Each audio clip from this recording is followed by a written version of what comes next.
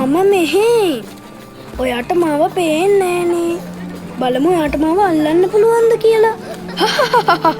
ඔයාට මාව අල්ලන්න බෑනේ. ඇවිල්ලා අල්ලන්න පුළුවන් නම්. හානි හරි බලන්න. දෙවියන් වහන්සේ සෑම සන්ධ්‍යාවකම අඳින චිත්‍රය කොයි තරම් ලස්සනද. මා කෙරෙහි ඇති උන්වහන්සේගේ ප්‍රේමය කෙතරම්ද. ඔබ වෙනුවෙනුත්. මේ සියල්ල මෙව්වේ දෙවියන් වහන්සේ. උන්වහන්සේට මාව පේනවා කියලා මට විශ්වාස නැහැ. මාව දන්නේ නැතුව ඇති. උන්වහන්සේ ප්‍රේම කරන්නේ ශුද්ධවන්ත මිනිසුන්ට විතරක් වෙන්න ඇති. ඒත් මං වගේ කෙනෙකුට වෙන්න බෑ. රේවකා, උන්වහන්සේ අපිට උගන්වපු ඒ අවුරුදු 3 වත් හිටියනම් ජේසුස් නම් දිවසිවරයා. සෆීරා, එතුමා ගැන අපිට කියන්න මරියා. ඔව්, කරුණාකර අපිට ඒ කතාව කියන්නකෝ. හොඳයි මං කියන්න. එන්න ඇතුළට.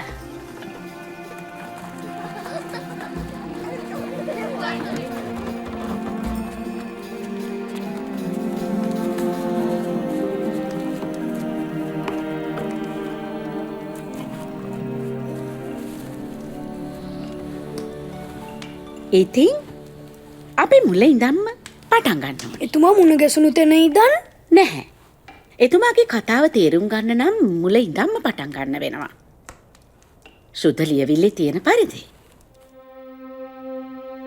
ආරම්භයේදී දෙවියන් වහන්සේ ලෝකයේ මවා එහි ගස්කොළන්, පක්ෂීන්, ජලජ සතුන් යනාදීන් මවනු ලැබුවා.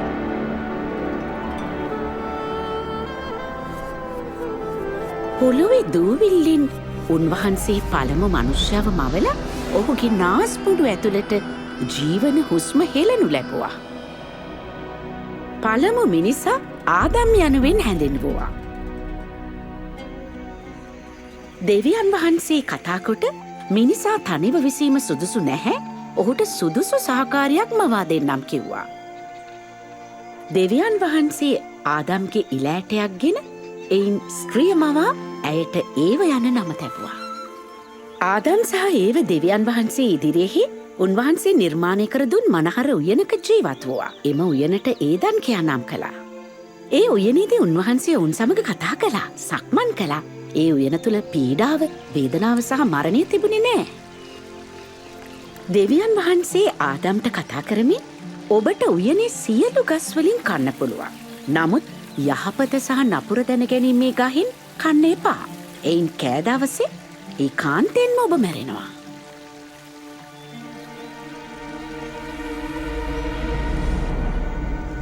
නමුත් එක් දිනක් සාතන් ඒ බව පරීක්ෂා කළා. ඇය ගෙඩියක් කඩාගෙන කා ඇය සමග සිටි තම ස්වාමි පුරුෂයාටත් ඉන් සමහරක් දුන්නා. ඔහුත් ඒවා කෑවා.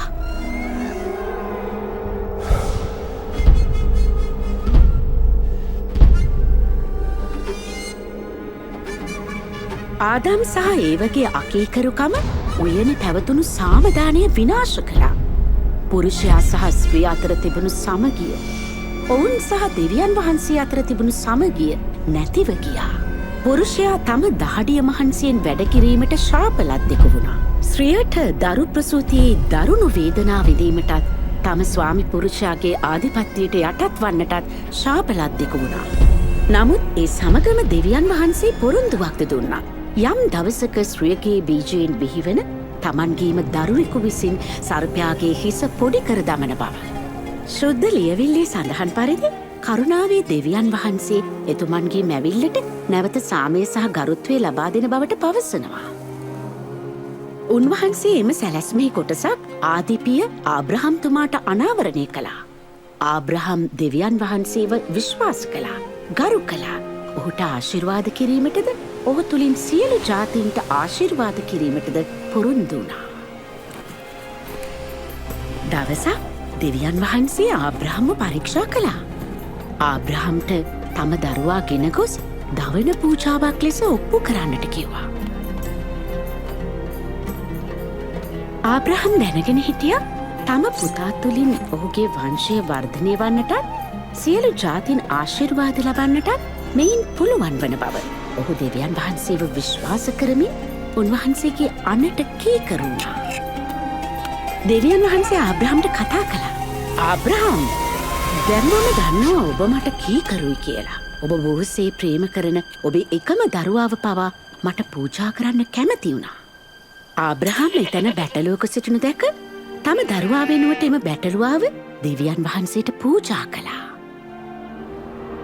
පූජා කරන්නට තම පුතා වෙනුවට දෙවියන් වහන්සේ විසින් බැටළුවකු සපයාදීම උන්වහන්සේගේ මහා සැලැස්මේ පෙරනිමිත්තා. එම සැලැස්මින් පාපයේ සහ මරණයේ ශ්‍රාපය බිඳලා නැවතත් මිනිසුන් තමන් වහන්සේ සමග සම්බන්ධතාවයකට එමට උන්වහන්සේ අපට අවකාශය උදා කළා.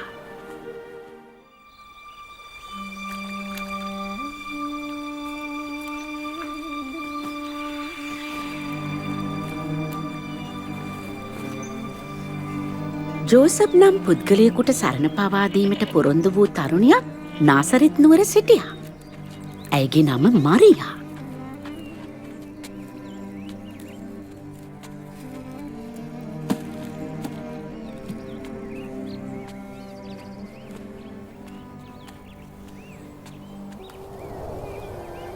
දෙවියන් වහන්සේ ඔබ සමග ඔබ ආශිර්වාද ලත් තැනැත්තිය මරියා භය නොවන්න දෙවියන් වහන්සේගේ කරුණාව ඔබ මතය ඔබ ගැබ්ගෙන පුතෙකු ලබන්නේය ඔබ ඔහුට ජේසුස් යන නම තබන්න. නමුත් මා කන්‍යාවක් ඒ එසේ වෙන්නේ කොහොමද? ශුද්ධාත්මයන් වහන්සේ ඔබ මත වගුරුවනු ඇත. ඔබගේ දරුවා මහා උසස් තැනන් වහන්සේගේ පුත්‍රයා ලෙස හඳුන්වනු ලබයි. ඔබගේ ඥාති සොහොරිය වන එලිසබෙත් ඇගේ මහලු වයසේදී පුතෙකු පිළිසිඳ ගත්තාය. වඳයයි කී ඇයට දැන් සවැනි මාසය. මක්නිසාද දෙවියන් වහන්සේට නොකළ හැකි කිසිවක් නැත.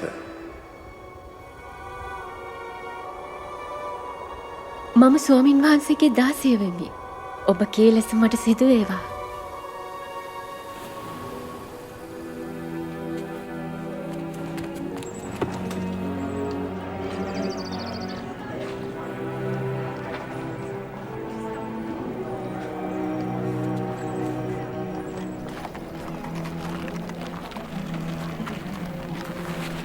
ඉතින් මරියා ඇයගේ ඥාති සොයුරිය මුණ ගැසීමට හනික පිට වුණා.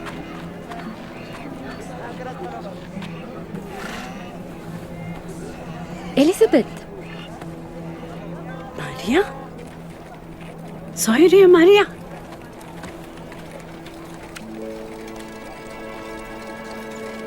එහෙනම් එය සත්‍යයක්. ඔබත් ඔබ කුසු තුළ ඇති දරුඵලයත් අතිශයින් ආශිර්වාදලත්.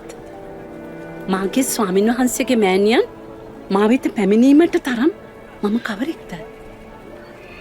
ඔබගේ ආචාරය ඇසුන විගස මගේ කුසේ සිටින දරුවා සතුටින් නිපිළුණා. මාගේ හද සමිඳුන් උසස් ලෙස පසසයි. මාගේ ආත්මය සතුටින් නිපිල යන්නේ මගේ ගැලවුම්කාරයා නන්නු ස්වාමීන්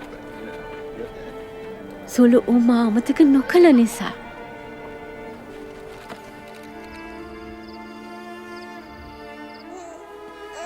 ජේසුස් වහන්සේ ඉපදුනේ බෙත්ලෙහෙමි ගවමඩුවක ගවයන් කෑමකන ඔරුවකයි. මෙසේ වුණේ මරියා සහ ජෝසප් දෙපළට එදින නවාතැන් ගැනීමට කිසිම තැනක් නොතිබුණු නිසයි. දේවදූතයන් සමූහයක් ජේසු උපත හෙළි කළා.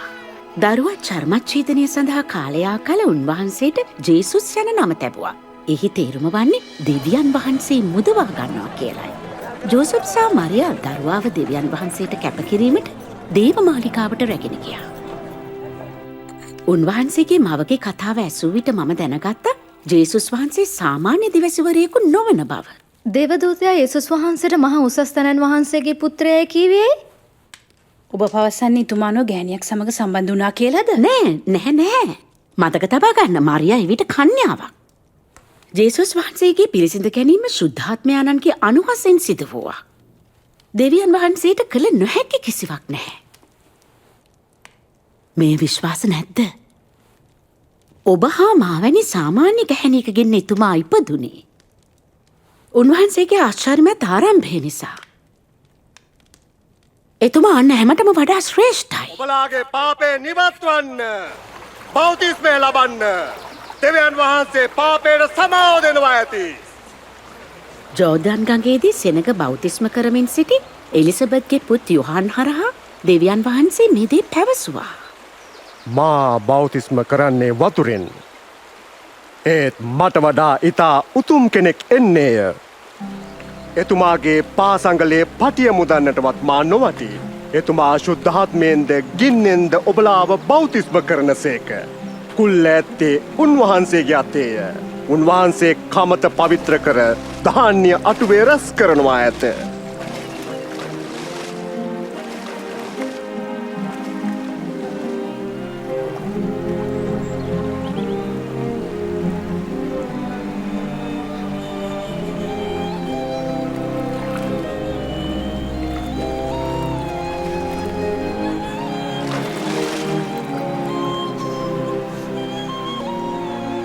එවිට ජේසුස් වහන්සේ මත පරවියකුසේ ශුද්ධාත්මයාණන් වහන්සේ පැමිණිසේක. ස්වර්ගයෙන් හඬක් නිකුත් වේ. ඔබ මාගේ ඒක ජාතක පුත්‍රයාය. මා ඔබ කෙරෙහි ප්‍රසන්නව සිටිමි. තමන් වහන්සේගේ බෞතිස්මයෙන් පසුව ජේසුස් වහන්සේ සුභාරංචිය උගන්වමින් ගම්නියම් ගම්හි සැරිසැරුවා. උන්වහන්සේ ප්‍රකාශ කළ සත්‍ය වූ පණිවිඩයෙන් ආධිපත්‍ය තහවුරු කළා.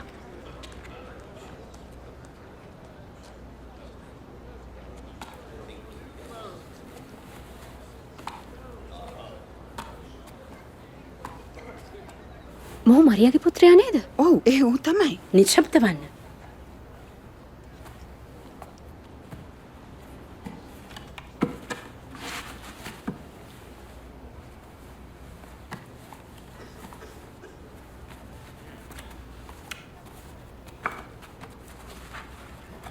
සමිධානන් වහන්සේගේ ආත්මය මා කෙරේ ඇත. මක් නිසාද දිලිඳුන් හට සුභාරංචිය දේශනා කරනු වස් උන්වහන්සේ මාලේප කළ සේක. වහලුන්ට මිදීමද අන්දයන්ට පෙනීමද ලැබෙන බව දන්වන්නටත් පිඩිත වුවන් මුදන්නටත් සමිධානන් වහන්සේ තම ජනතාව ගලවා ගන්න කාලය පැමිණි ඇති බව ප්‍රකාශ කරන්නටත් මා ඒවා ඇත. එයා හොඳට කතා කරනවා.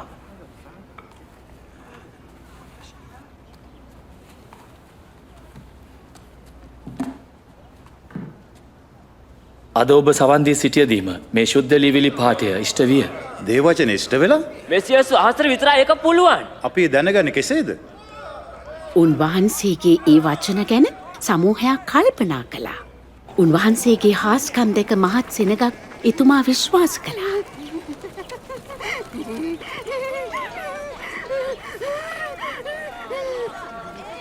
මේ ඇය තමයි. ආයෙත් පටන් අරගෙන.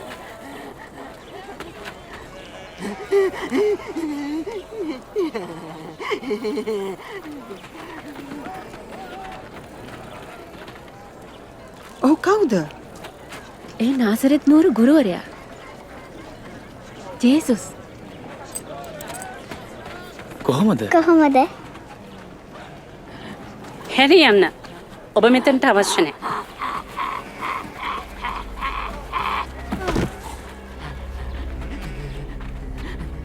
ගුරුතුමනි, ඇයට ඉන්නට හරින්න. ඈ දෙස බැලීමෙන්වත් ඔබ අපවිත්‍ර කර නොගත යුතුයි. මරියා. නාසරැත්තේ ජේසුනි, ඔබට අප සමග ඇති ගනුදෙනුව කුමක්ද? අපි ඔබ හොඳින් හඳුනනවා. දෙවියන් වහන්සේගේ ශුද්ධ වූ තැනැත්තාණන්. නිශ්චල වනු. අශුද්ධ ආත්ම.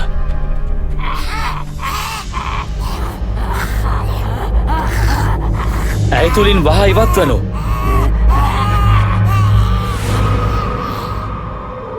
ඇය මැරිලා. මොහු ඇයව මරලා. ඔහු දැන් ඇයව අල්ලන්න හදනවා. නැහැ. සුද්ධ වූ තැනැත්තෙකුට එසේ කරන්න බෑ. මරියා. ආබ්‍රහම්ගේ දියණිය.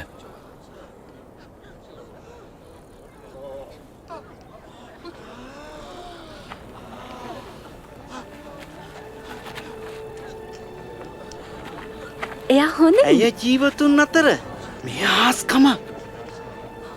කවුද මේ මිනිසා? ආත්මය පවා ඔහුට අවනත වෙනවා. මේ හාස්කමක්. මේ හාස්කමක්.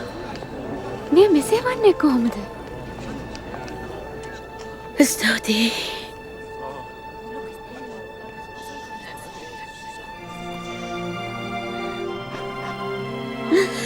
ස්තුතියි.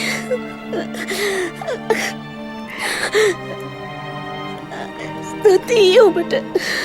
ස්තුතියි.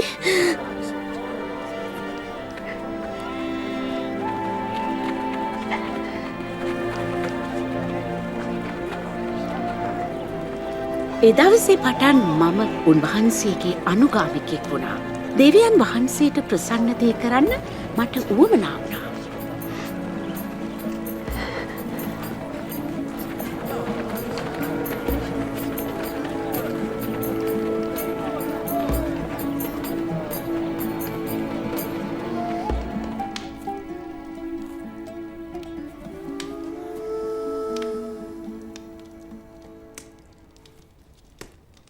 අවුරුදු ගණනාවක් මම ජීවත් වුණේ අවමානයෙන්. එතුමානෝ මගේ ගෞරවය මට නැවත ලබා දුන්නා.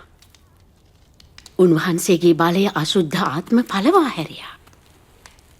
හානේ මගේ පැටියෝ. සෆීරා. දීනා, ඔබ උන්වහන්සේගේ ඉගැන්වීම ඇස්සුවා, කළ හාස්කම් දුටුවා. ඔව්. ඔබ දන්නවා මම සියල්ල අත්හැර උන්වහන්සේ පසුපස ගියේ ඇයි කියලා. මම පමණක් නොවේ. අපි ආත්මිකවත් ශාරීරිකවත් කුසගිනිව සිටියා. දෙවියන් වහන්සේ වෙතට යන මඟ පෙන්වන්නට හැකි කෙනෙකුගේ අවශ්‍යතාවය අපට තිබුණා. අවුරුදු ගණනාවක අරගල කලකිරීම් වලට පස්සේ තවදුරටත් බලාපොරොත්තු තබන්නවත් බැරි තත්වයකයි අපි හිටියේ. නමුත් ජේසුස් වහන්සේ යන හැම තැනම බලාපොරොත්තු ජනිත කළා.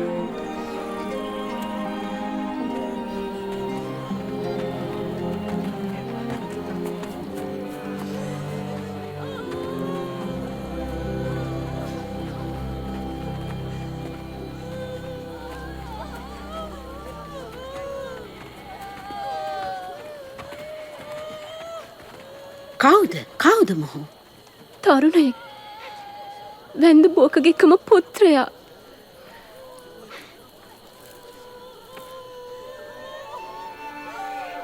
තරුණයා නැගිටින්න.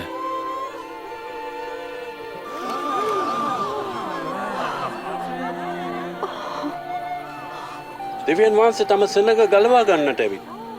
දෙවියන් වහන්සේ තම සෙනග ගලවා ගන්නට ඇවිත්.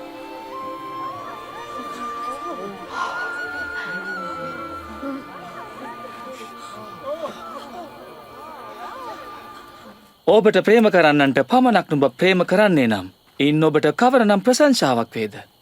පෞකාරයෝ පවා තමන්ට ප්‍රේම කරන්නන්ට ප්‍රේම කරති. ඔබට යහපත කරන්නන්ට පමණක් ඔබ යහපත කරන්න හුනම් ඉන් කවරනම් ප්‍රශංසාවක් වේද? පෞකාරයෝ පවා එසේ කරති. එයා කොහමද එහෙම අල්ලන්නේ? එයා කොහොමද ඇයට කතා කරන්නේ? ලැජ්ජාවක් නැද්ද? නෑ. ඔබේ සතුරන්ට ප්‍රේම කරන්න. ඔවුන්ට යහපත කරන්න.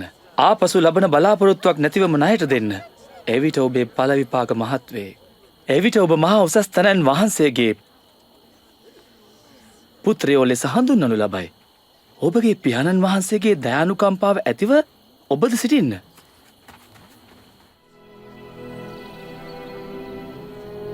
දරුණුම පෞකාරයාව වුවද ප්‍රතිවිරුද්ධවාදියෙක් ලෙස ගණන් කොට විනාශ නොකොට රැළට ඇතුළු කර ගැනීම පියාණන් වහන්සේගේ කැමැත්ත බව ජේසුස් වහන්සේ ඉගැන්නවා. ජේසුස් වහන්සේ සමාරිය හරහා ගමන් කිරීමට තෝරගන්නතුරු අපි ශතවර්ෂ ගණනාවක් විජාතික සහ අඩකුලේකැයි නීචකොට සලකපු මිනිසුන්ට පවා මේ ආකාරයට ගරු කරන්නටවත් ප්‍රේම කරන්නටවත් ඕන බව අපි දැනගෙන හිටියේ නැහැ. සෑම පිළිකුල් කරන මෑ කවුද? ඇය සමාරිතානුවරියා. එයම මදිද? එන්න ගුරුදේවයන්න් ප්‍රමාද නොකොට අපි ආහාර ගෙන යා යුතුයි.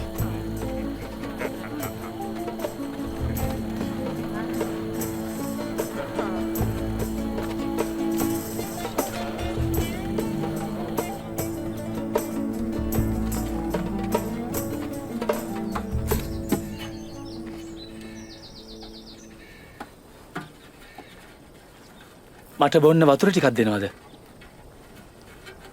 ඔබ ජුදෙව්වෙක්. මම සමාරී ස්ත්‍රියක්. ඔබ කොහොමද මගෙන් වතුර ඉල්ලන්නේ? දෙවියන් වහන්සේගේ දීමනාවත් මට වතුර ටිකක් දෙන්නයි ඔබට කියන්නේ කවරෙක්ද කියාත් ඔබ දැන සිටියා නම් ඔබ ඔහුගේ නිල්ලනු ඇත. එවිට ඔහු ජීවන ජලය ඔබට දෙනු ඇත. මහත්තයා වතුර අදින්න අපිට භාජනයක් නැහැ. ලිඳත් ගැඹුරුයි. ඒ වතුර ලබාගන්නේ කොහෙන්ද? මේ ලිඳ අපට දුන්නේ අපේ ආදිපියාවන ජාකොබ්. ඔහුත් ඔහුගේ පුත්‍රයොත් ගවයොත් මෙන් පානය කළා. ඔබ පිය යාකොබ්ටත් වඩා ශ්‍රේෂ්ඨ කෙනෙක්කේ කියනවාද? මේ වතුර බොන හැම කෙනෙකුටම නැවත පිපාසය ඇතිවන්නේය. එහෙත් මා දෙන වතුර බොන කවර කෙනෙකුට වුවත් කිසි කලෙක පිපාසය ඇති නොවන්නේය.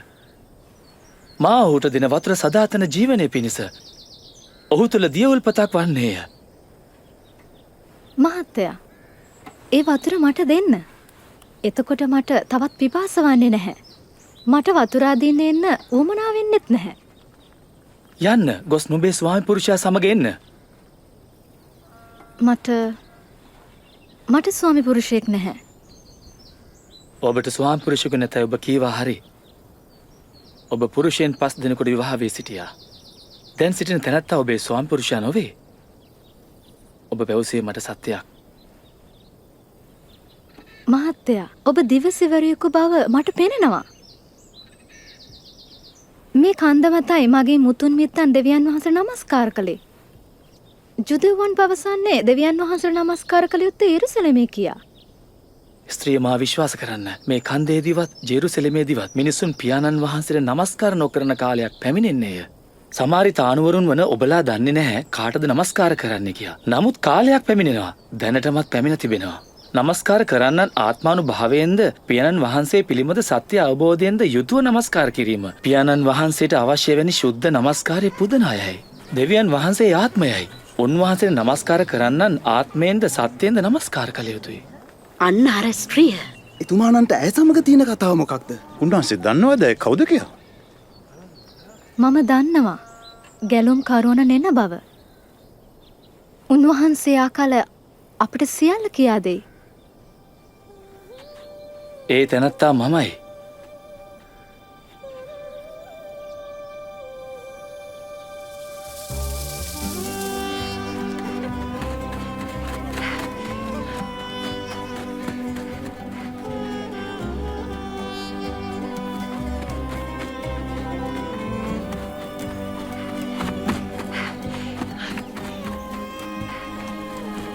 එන්න ඇවිත් බලන්න. මම කළ සියල්ල මට කිය මනුෂ්‍යාව. එන්න.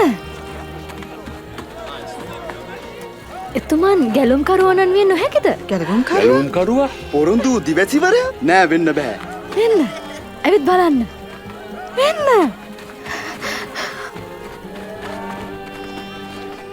ගුරුදේවයිනි ආහාරයට යමක් ගන්න. ඔබලා නොදන්න භෝජනයක් අනුභව කිරීමට මට ඇත. කවුරුන් හෝ උන්වහන්සේට ආහාර ගෙනවෙත් දුන්නාද? මගේ ආහාරය නම් මායෝ තැනන් වහන්සේගේ කැමැත්ත ඉටු කිරීමත් උන්වහන්සේ මට පැවරූ කාර්ය නිමා කිරීමත්. දැනටම ගොයම පැසී ඇත. අස්වැන්න කැපීමට කාලය පැමිණ ඇත.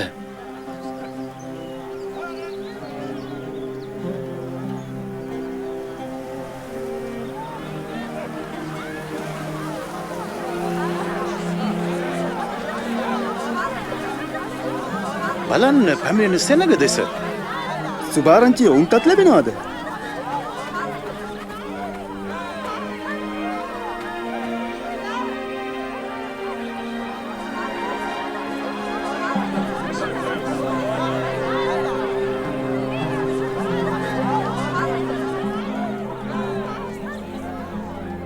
නගරේ සෙනග ජේසුස් වහන්සේට එහි නැවතී ඔවුන්ට උගන්වන ලෙස ඇවිටිලි කළා. අපි දින දෙකක් එහි රැඳුණා. සමාරිතානුවරු බොහොමයක් උන්වහන්සේව පිළිගත්තා. කරදරවීමෙන් ආයු කාලය වැඩි කරගන්නට කහටද පුළුවන්? ඒ වගේ සුළු දෙයක්වත් Tamanට කරගන්නට බැරි නම් අන්දේ ගැන ඔබ කරදර වන්නේ කොමටද? කෙතේ මානෙල් වැඩෙන හැටි කල්පනා කරන්න. ඒවා වෙහෙසෙන්නවත් නූල් කටින්නවත් නැත. සියලු රාජ තේජසින් සිටි සලමොන් වුවද මේ මල්වලින් එකක්සේ සැරසී නොසිටියේය. නමුත් දෙවියන් වහන්සේ අද තිබී හෙට උදුනේ දැවී යන කෙතේ තනකොළ එසේ සරසන සේක් නම් ඊට කොපමණ වැඩියෙන් උන්වහන්සේ ඔබ නොසරසන සේක්ද? අහෝ ඇදහිම හීන තැනැත්තනේ. අපගේ ඇදහිල්ල වැඩි කරන්න. ඔබට අබෑටයක තරම් ඇදහිල්ලක් තිබේ නම් මේ ගසට ඉදිරී ගොස් මුහුදේ පැළවේවා යයි කිව හැකි. එම ගස ඔබට කීකරවනු ඇත.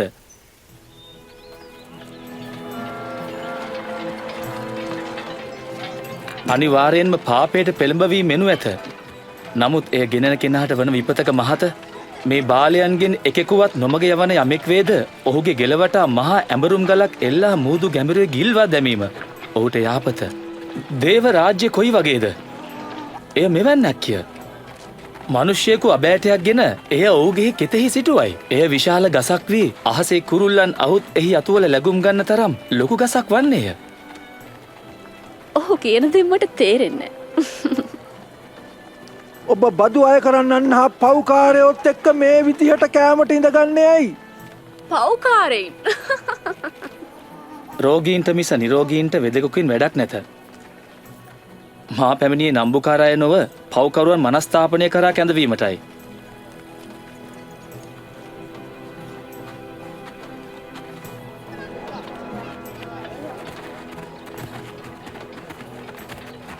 මට උන්වහන්සේගේ සලුව පමණක් අල්ලන්නට පුළුවන් වෙන මම සුවය ලබනවා.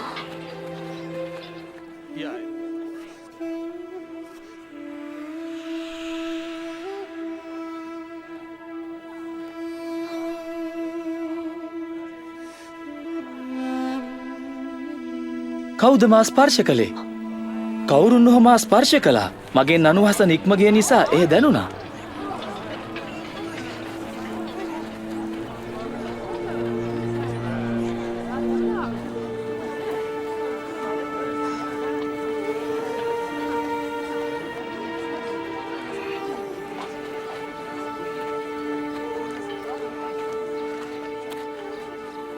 මමයි ඔබ වහන්සේව ස්පර්ශ කළේ. මම අවුරුදු 12ක් මහලේ රෝගයෙන් පීඩා වින්දා. කිසි පිහිටක් නැතුව මා සතු සියල්ල වෙදුන්ට වියදම් කළා.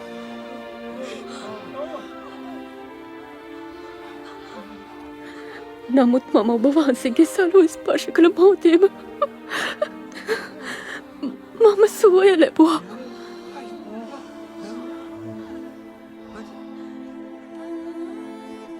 දියණිය, ඔබගේ ඇදහිල්ල ඔබ සුවපත් කළා.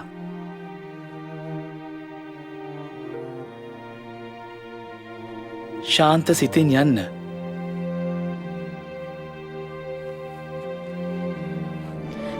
ස්තුතියි ඔබට.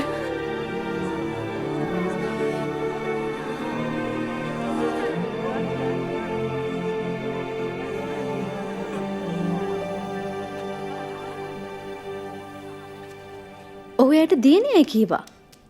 ඕ අපගේ නීතියට අනුව අවුරුදු 12ක් අපවිත්‍රව සිටි කෙනෙක්. එතුමානු ඇගේ අවමානය දෙක ගෞරවය නැවත දුන්නා.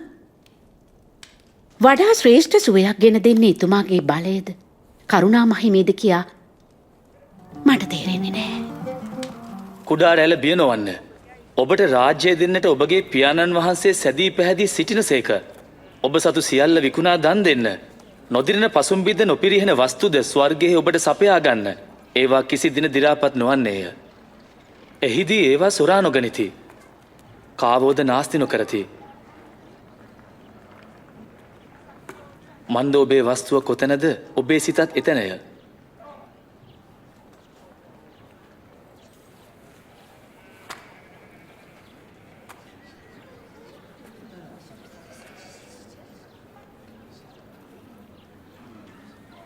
ස්ත්‍රිය, ඔබගේ රෝගයෙන් දැන් ඔබ නිදහස්.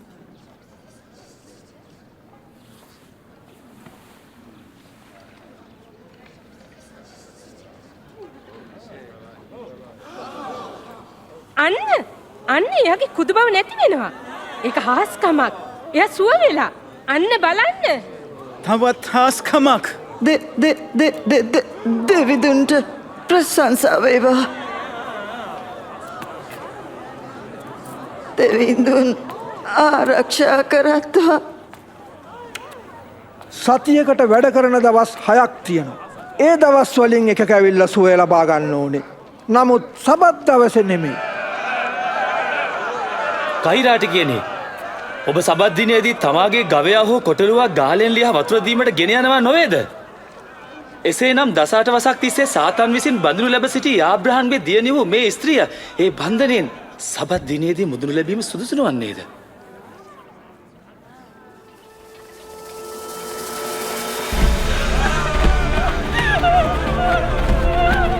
පෞකාරිය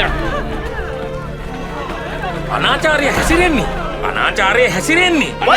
හැසිරෙන වෛශ්‍යාව ගුරුදේවේනි මේ කාමිච්ඡාචාරය යෙදී සිටියේදී මල්ලගත්තා. බෝසස්තුමාගේ විවස්ථාවෙහි මෙවැනි ස්ත්‍රීන් ගල්ගසා මරන්නට අනකර තිබෙනවා. ඔව් ඇයට ගල් ගසන්න. වෛශ්‍යාව. ඔව් ඇයට ගල් ගහන්න. වෛශ්‍යාව ඇයට ගල් ගසන්න. ඔබ කියන්නේ කුමක්ද?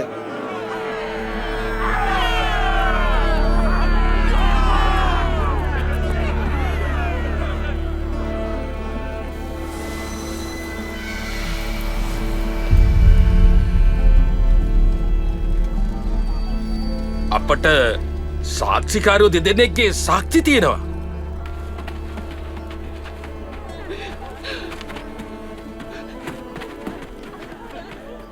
මේ ගැහැණියට අප දෙන දඬුවම කුමක්ද?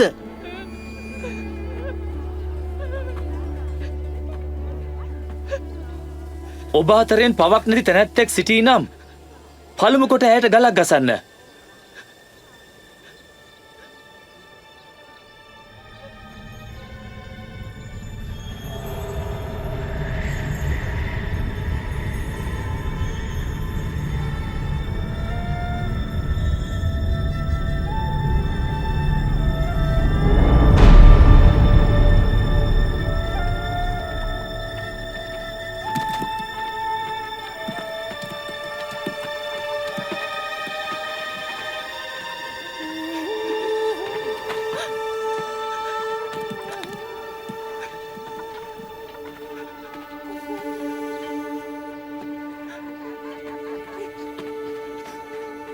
ස්ත්‍රිය ඔවුන් කොහෙද? කිසිවෙක් ඔබට වර්ධ තැබුවේ නැද්ද? කවුරුත් නෑ ස්වාමීනි. එසේනම් මමත් ඔබට වර්ධ නොතබමි.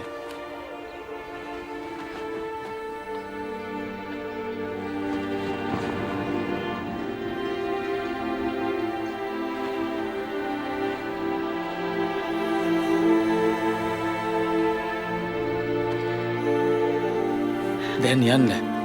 මින් පසු තවත් පව් නොකරන්න.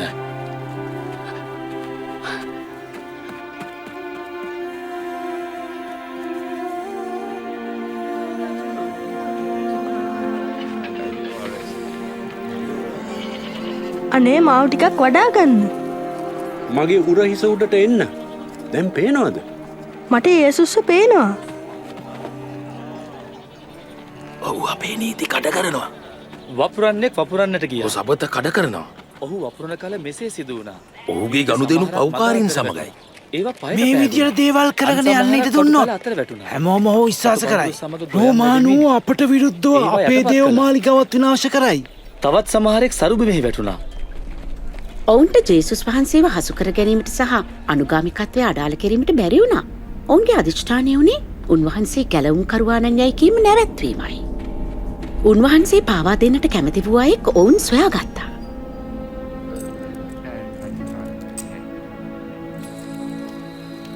ජේසුස් වහන්සේ යාඥා කිරීමට උන්වහන්සේගේ අනුගාමිකයන් රැගෙන ඔලිව් කන්දට ගියා. එම රාත්‍රියේදී උන්වහන්සේ මහත් වූ සන්තාපයකින් පසු වුණා.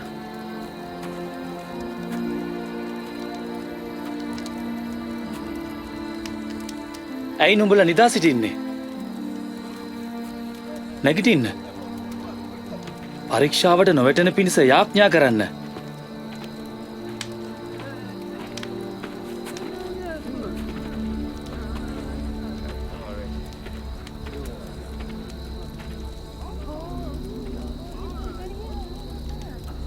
යුදාස්.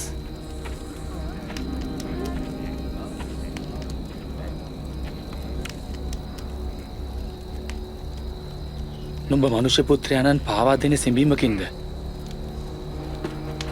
ස්වාමීනි මම කඩුවෙන් පහර දෙන්නද? එයාව අත්අඩංගුවට ගන්න. ඇති දැන් නවත්තන්න.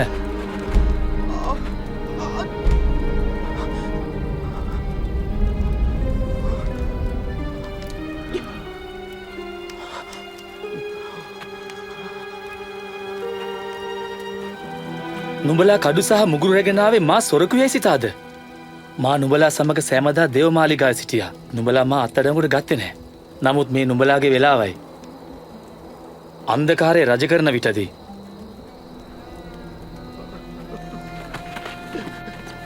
අත්අඩංගුවට ගන්න. උන්වහන්සේගේම මිතුරා උන්වහන්සේ පාවා දුන්නාද? උන්වහන්සේගේම අනුගාමිකයෙක්? ඔව්. අප හොඳින් දන්නා වූ විශ්වාස කළ කෙනෙක්. මේ බලා ගන්නවා. ඒ රාත්‍රී රෝම සෙබළුන් උන්වහන්සේව තලා පෙලා අවනම්බු කළා. පුළුවන් නම් කියපන් කවුද උඹට ගැව්වේ? කියන්න. කවුද ඊළඟට ගහන්නේ? නවත්ත පැල්ලා. දැන්ම නවත්ත පැල්ලා. සභාව ඉදිරි පිටට ගෙනෙනු.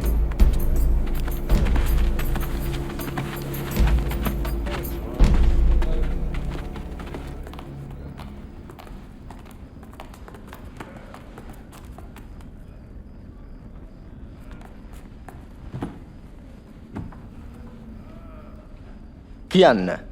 ඔබද එහෙනම් මෙසියස් වහන්සේ? මම නුඹලාට කිවහොත් නුඹලා මා විශ්වාස කරන්නේ නෑ. මම නුඹලාගෙන් ප්‍රශ්න කළත් නුඹලා මට උත්තර දෙන්නේ නෑ. නමුත් මෙතැන් පැටන් මනුෂ්‍ය පුත්‍රයා දෙව්පියාණන්ගේ දකුණු පැත්තේ වාඩි වී සිටිනු ඇත. එහෙමනම් ඔබ දේව පුත්‍රයාද? මා එසේ යයි කියන්නේ ඔබයි. මොහු දෙවියන්ට අපහාස කරනවා. වෙන එහෙම කියන්නේ කවුද ඔබට බලය දුන්නේ? දැන් උඹලට ඇසුන ඔව් කරපු අපහාසය. වරදක්. ඔව් කියපු දේ අපට අපේ කන් වලින්ම ඇහුණා. ඔහු වැරදිකරු. උව මරා දමන්න. අපි ඔහු පිලාත් ළඟට ගෙනියමු. ඔව් පිලාත් ළඟට අරගෙන හොඳයි. රැගෙන ඵලයල්ලා. ඉතින් ඔවුන් උන්වහන්සේව රෝම ආණ්ඩුකාර පොන්ටියුස් පිලාත් ඉදිරියට ගෙන ගියා. ඔහු දරුණු පාලකේ. දහස් ගණන් ජනතාව කුරිසිපත් කොට තිබෙනවා. මොනවද ඔබලට ඕනේ කරන්නේ? මේ උදේ පාන්දරම ඔහු අපේ සෙනග නොමග යවමින් සිටින විට අල්ලගත්තා. සිනගෝගයේ මහා කැළඹීමක් ඇති කළා. එයා වැරදිකාරයෙක්. රෝම අධිරාජ්‍යයට බදු ගෙවන්න එපාලු. එයා කියනවා එයා මෙසියස් වහන්සේලු. රජෙක්ලු. රජ කෙනෙක්? ඔබද යුදෙව්වන්ගේ රජතුමා? එසේ කියන්නේ ඔබයි. අපිට අධිරාජ්‍ය හැර අන් කිසි රජෙක් නැත. අවස්ථාවට අනුව දෙවියන් වහන්සේගේ පුත්‍රයෙක් කියා ගන්නා කෙනෙකු මරා දැමිය යුතුයි.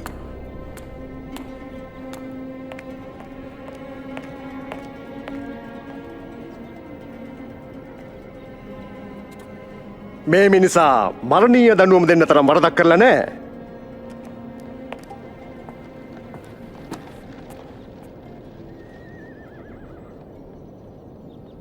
මම මොහුට කස පහරදී මුදා හරින්නම්. නුඹ මොව් මුදා හැරියොත් නුඹ අධිරාජ්‍යගේ හිතවතෙක් නොවෙයි.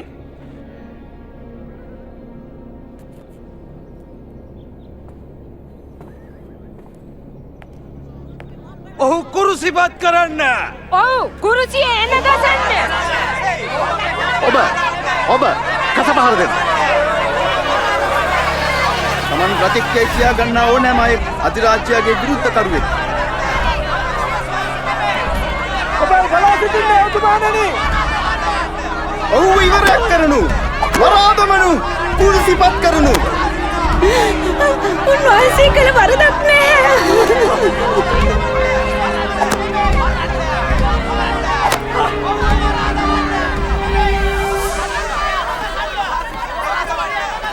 ඔහු කුරුසිපත් කරනු.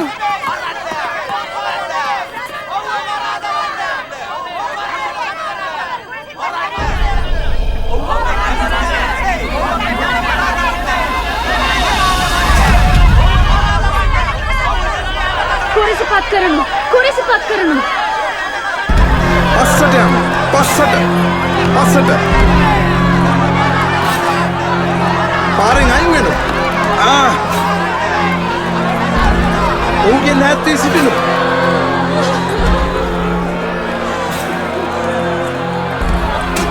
පස්සට යන්න. පස්සට යනු. යනවතන. ඉඩ දෙනවා. යනවා අහකට. පාරෙන් අයින් වෙනවා. පැත්තකට වැල්ලා. නැගිටිනු.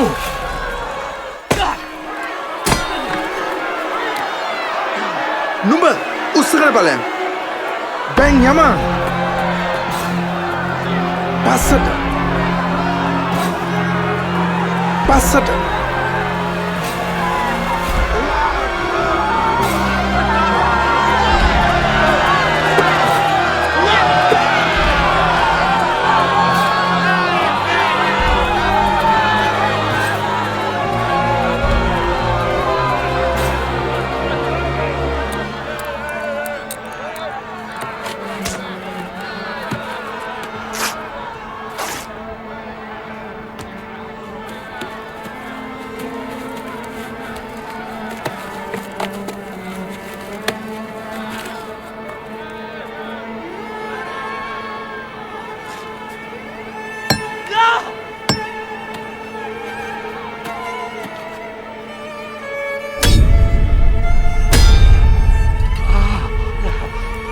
ඔසවන්න.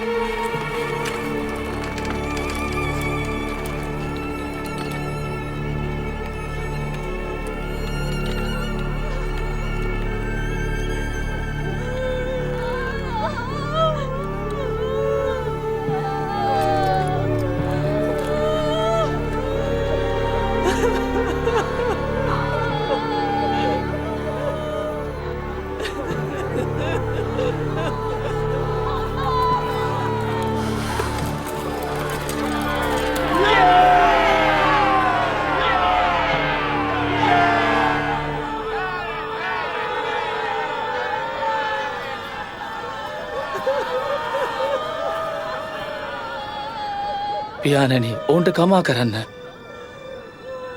ඔවුන් කරන්නේ කුමක්දේ නොදනේ.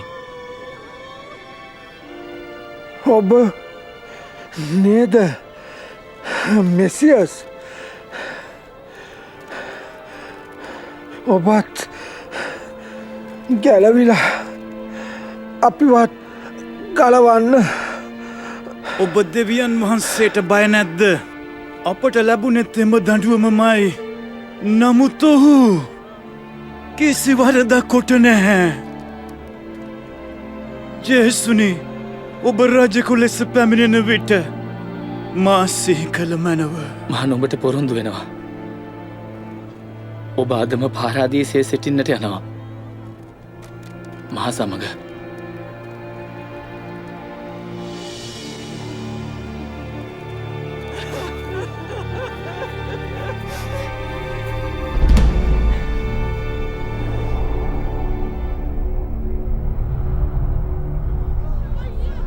දහවලේ අහස පැය 3ක් අන්ධකාර වී ගියා.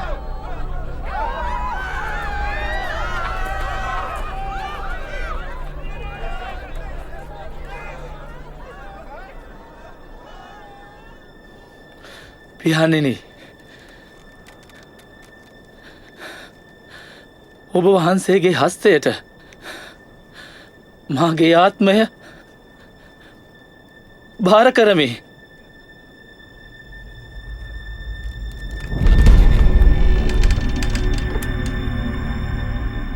දෙවියන් වහන්සේට ප්‍රශංසා වේවා. සැබැවින්ම මෙයා යහපත් කෙනෙක්.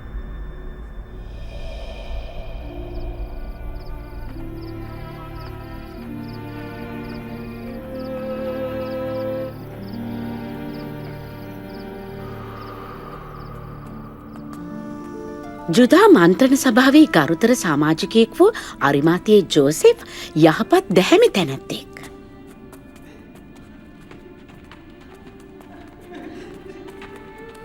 ජේසුස් වහන්සේගේ දේහය සබතට පෙර සොහුන්ගේක තබන්නට ඔහු පොන්තියුස් පිලාත්ගෙන් අවසර ලබා ගත්තා.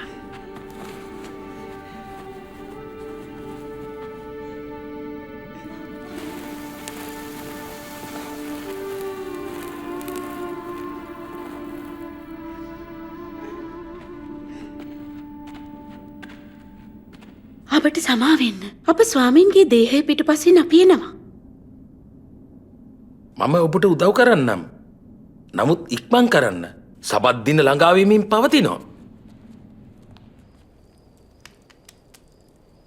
ඔවුන් ඇයි උන්වහන්සේව මරා දැමුවේ? උන්වහන්සේ දෙවියන් වහන්සේකින් පැමිණි කෙනෙක් නම් මරා දැමීමට ඉඩ හැරියේයි.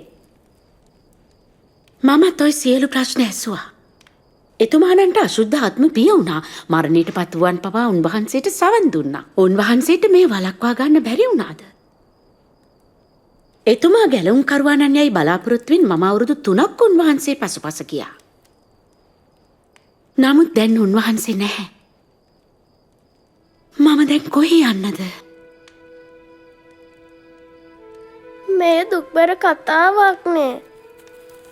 නමුත් එයට තේජාන්විත අවසානයක් තිබෙනවා.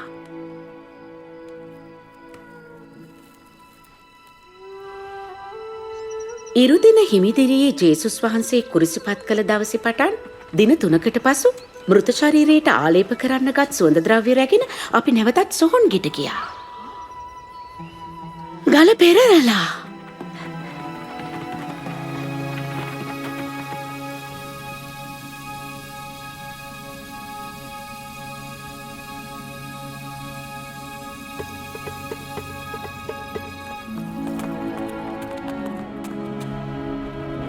පේදුරු, ජාකොබ්, යොහන් මේ අහන්න. ගල පෙරලලා අපි ඇතුල් වුණා. නමුත් අපේ ස්වාමීන් වහන්සේගේ ශරීරය ඒ තිබුණේ නැහැ. උන්වහන්සේ වුන් අරන් ගිහින් කොහෙද යන්නද කියලා අපි දන්නේ නැහැ. මොනවා? සිරුර නෑ? ඔබම ගිහින් බලන්න.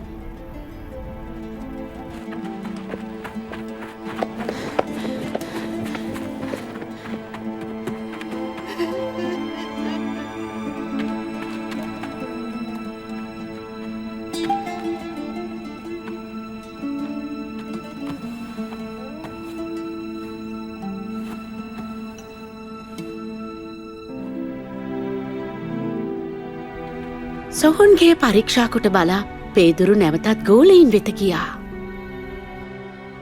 නමුත් මා හඬමින් කල්පනා කරමින් එළිය රැඳී සිටියා. උන්වහන්සේව සොල්දාදුවන් හෝ පරිසිවරුන් අරන් යන්න ඇති. අපේ බලාපොරොත්තු සියල්ල උන් නැති කර දැම්මා. අඩු ගානේ උනට තිබුණ මෘත ශරීරයවත් අපිට ඉතිරි කරන්නට.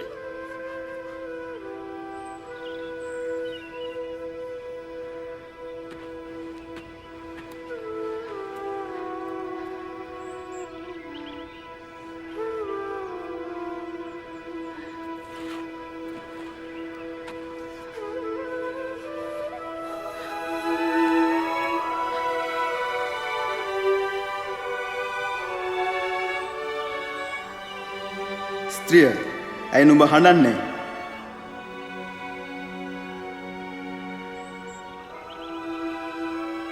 ඔවුන් එතුමන්ව රැගෙන ගොස් මම දන්නේ නැහැ කොහෙද කියලා. ස්ත්‍රිය, නුඹ හඬන්නේ මන්ද? කාවද නුඹ සොයන්නේ?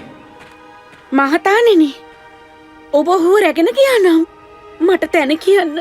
මම ගිහිල්ලා උන්වහන්සේ රැගෙන එන්නම්. මාරියා. රබ්බෝනි. මාව අල්ලන්න එපා.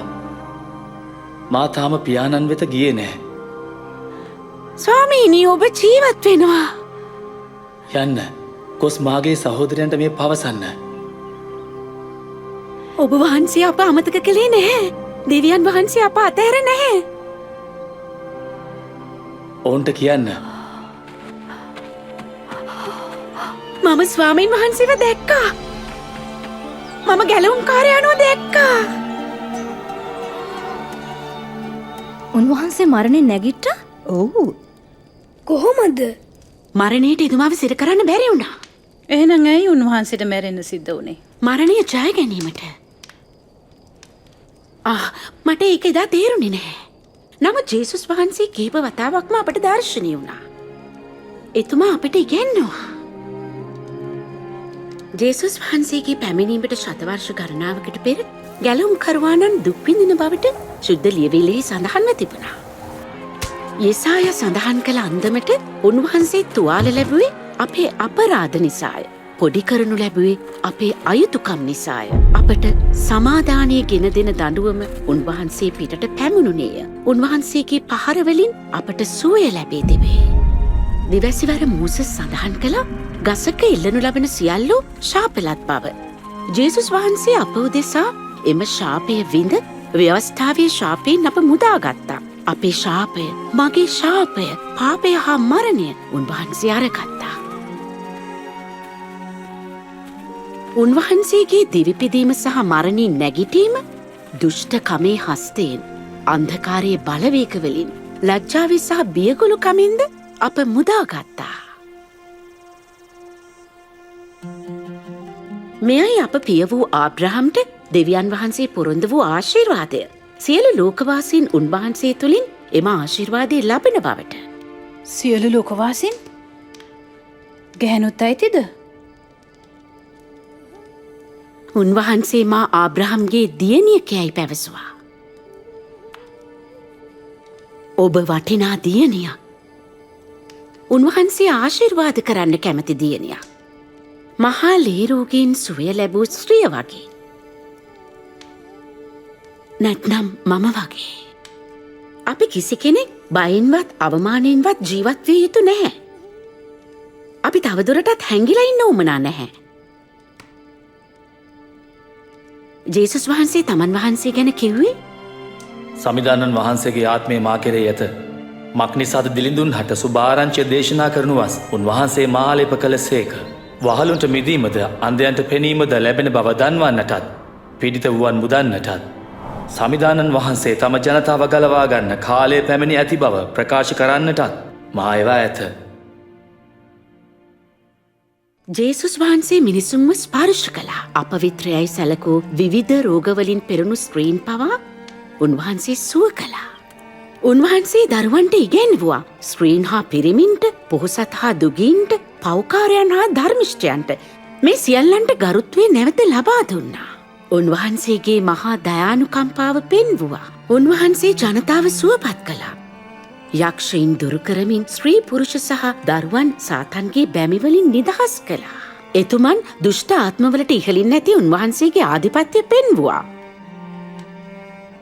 ජේසුස් වහන්සේ දරුදැරියන් මරණින් නැගිට්ටෙව්වා. මරණයටත් ඉහලින් නැති උන්වහන්සේගේ බලය පෙන්වුවා. ජේසුස් වහන්සේ කුරුසිපත් කළාට පසුව ඔවුන් දෙනවා කියා සාතන් සහ ඔහුගේ දුෂ්ටාත්ම විශ්වාස කළාට ජේසුස් වහන්සේ දුෂ්ටකමේ සහ මරණයේ බලය බිඳිමින් උත්ථාන වුණා. ගැලවුම්කරුවානෝ එතුමාද? පොරොන්දු ප්‍රකාර ගැලවුම්කාරයන්ට පමණයි. ජේසුස් වහන්සේ කළ හාස්කම් කරන්නට දෙවියන් වහන්සේගේ බලය දී තිබුණේ. අපගේ විශ්වාසයත් භක්තියත් දීම සුදුසු වන්නේ ඒ වගේ සානුකම්පිත හදවතක් ඇති විශ්වාසනීය බලයලත් ජේසුස් වහන්සේ වගේ කෙනෙකුට පමණයි. දෙවියන් වහන්සේ ලෝකයේ මවන විටදී පුරුෂයා සහ ස්ත්‍රිය නිර්මාණය කළේ උන්වහන්සේගේ අභිමුඛයෙහි ජීවත් වෙමින් ප්‍රීතියත් විඳීමටයි. උන්වහන්සේගේ සැලැස්ම මෙය විය. නමුත් අපි උන්වහන්සේ විශ්වාස නොකර අනට අකීකර වුණා. මෙයින් උන්වහන්සේ සමග තිබූ සම්බන්ධය බිඳ වැටුණා. ස්ත්‍රිය හා පුරුෂයා අතර තිබූ සම්බන්ධයද පළුදු වුණා. අපිත් මේ අකීකරුකම දිගින් දිගටම සිද්ධ කළා. දේව වචනයේ සඳහන් පරිදි පව් නොකරන කෙනෙක් නැහැ. පාපයේ දඬුවම දෙවියන් වහන්සේගෙන් ඈත්වීම සහ මරණයයි. නමුත් අපි උන්වහන්සේගේ ප්‍රේමයෙන් වෙන් වෙලා බයින් හා අවමානයෙන් ජීවත්වීම ගැන දෙවියන් වහන්සේ සතුටු වුණේ නැහැ. ඒ නිසා ආබ්‍රහම්ගේ පුතා වෙනුවට මරන්න බැටළුවෙක් කිව්වා වගේ අපේ උදෙසා මැරෙන්නට දෙවියන් වහන්සේ ජේසුස් වහන්සේ වුණා. ජේසුස් වහන්සේගේ ජීවිතය, මරණය හා උත්ථානය අපත් දෙවියන් වහන්සේ අතරත් ස්වාමින් වහන්සේගේ අනුගාමීන් අතරත් සම්බන්ධතාවය නැවත යථා තත්ත්වයට පත් කෙරුවා. සර්ව බලධාරී දෙවියන් වහන්සේ සමග ඇති සම්බන්ධතාවය අපි මරණයට පත් වුවත් අවසන් වන්නේ නැහැ. කුරුසියේ මැරුණු සොරා මරණාසන්න මොහොතේදී ජේසුස් වහන්සේව විශ්වාස කළා. ජේසුස් වහන්සේ ඔහුට පොරොන්දු වුණා.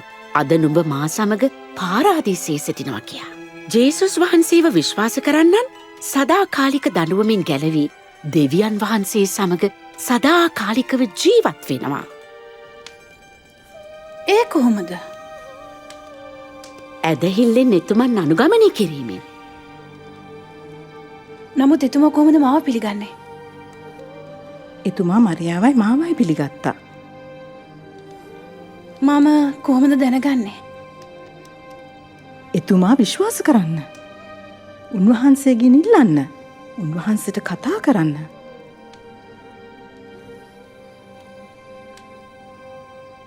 ස්වර්ගහි වැඩ සිටින මාගේ පියාණනි, ඔබ වහන්සේ ශුද්ධයි, ධර්මිෂ්ඨයි. ඔබ වහන්සේ මට ප්‍රේම කරන නිසා ස්තුතියි. මා ඔබට විරුද්ධව පව් කළෙමි.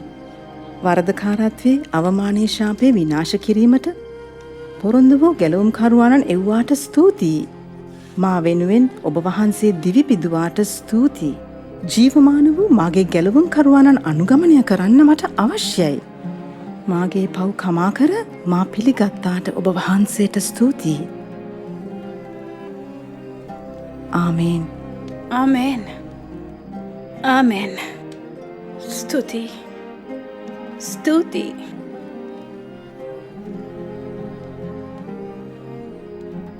එතුමන් මෙසේ පවසයි.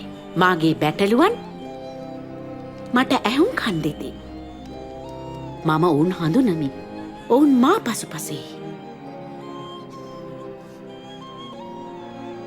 රේවුකා, උන්වහන්සේ ඔයාව හඳුනනවා. උන්වහන්සේ ඔයාට ප්‍රේම කරනවා. මෙය සදාකාලික සම්බන්ධතාවක පටන් ගැනීම. එය වර්ධනය වෙනවා. අපි එතුමන්ව තව දැනගැනීමෙන් සහ උන්වහන්සේව විශ්වාස කිරීමෙන්. එතුමන්ගේ වචනයට කීකරුවීමෙන් අපි වර්ධනය වෙනවා. විශ්වාසයෙන් එතුමන්ට යාඥා කිරීමෙන්. සහ ඇදහිලිවන්තයින් සමඟ කල්ගත කිරීමෙන්. එතුමන් කීදේ සිද්ධී තබා ගනිමින් අපි අන්න අයට උන්වහන්සේ ගැන පවසනවා. දෙව්පියාණන්ගේ ආශිර්වාදය සහ ආරක්ෂාව ඔබ සමගයි. ස්වර්ගෙහිද පොළොවෙහිද සියලු බලය මට පවරා තිබේ. එබැවින් නුඹලා ගොස් සකල ජාතීන් ශ්‍රාවකයන් කරන්න. පියාණන්ගේද පුත්‍රයාණන්ගේද ශුද්ධාත්මයාණන්ගේද නාමයෙන් ඔවුන් බෞතිස්ම ස්නාපනය කරන්න. මා ඔබට අන කළ සියල්ල රක්ෂා කරන්න ඔවුන්ට උගන්වන්න. මමද යුගාන්තය දක්වා සදහටම ඔබ හා සමග සිටිමි.